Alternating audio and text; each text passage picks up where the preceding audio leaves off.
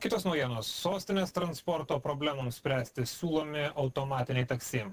Didžiojoje Britanijoje projektuojamus automatinius bėgiais važiuojančius automobiliukus norima pristatyti ir Lietuvoje. Dar niekur nerealizuotas projektas sudomino miesto valdžią. Jurgitos Gižaitės reportažas. Be vairuotojo bėgiais ant žemės ar virš jos riedantis automobiliukas tai viena iš galimų ateities sostinės viešo transporto priemonių. Didžiojoje Britanijoje Heathrow oro uoste projektuojama automatinė transporto sistema anglai siūlo įrengti ir Vilniuje. Anot tarptautinės konsultavimo įmonės atstovo, ši moderni pakraunamų akumuliatoriumi varoma transporto priemonė bendrai miesto transporto sistemai netrukdytų. Automobilis būtų be vairuotojo,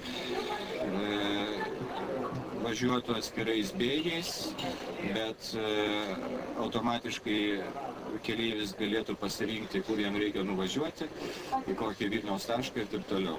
Ta prasme, bėgiai būtų arba pakelti nuo žemės, kur negalima žemės guldyti, arba ant žemės. Vis nerandanti efektyviausios viešo transporto priemonės kamščių problemams miesto gatvėse spręsti, valdžia ketina apsvarstyti šią fantastinius filmus primenančią idėją. Na įdomu, ką tie anglai įdomaus sugalvojo. Gal galėsime mes ką nors kažkuria dalim pritaikyti tą naują idėją.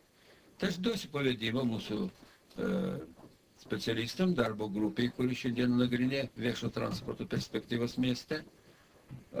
Tegul kartu nagrinėdami visą sistemą, tegul pasižiūri šitą vieną iš variantų, ar gal jį galima irgi komponuoti tą būsimą bendrą miesto transporto sistemą. Kaip veikia automatinių taksi sistema, bus pristatyta kitų metų pavasarį Didžiojoje Britanijoje. Kaip alternatyva viešajam transportui, miesto valdžia svarsto galimybės įrengti ir metro, tramvajų ar lynais judančias gondolas. Siūlomas viešo transporto projektas dar niekur nėra įgyvendintas, tačiau sostinės meras neatmeta jo kaip vieno iš galimų būdų spręsti spūsčių problemas mieste. 5 kanalo žinioms Jurgita Gižaitė ir Tadas Leonovas.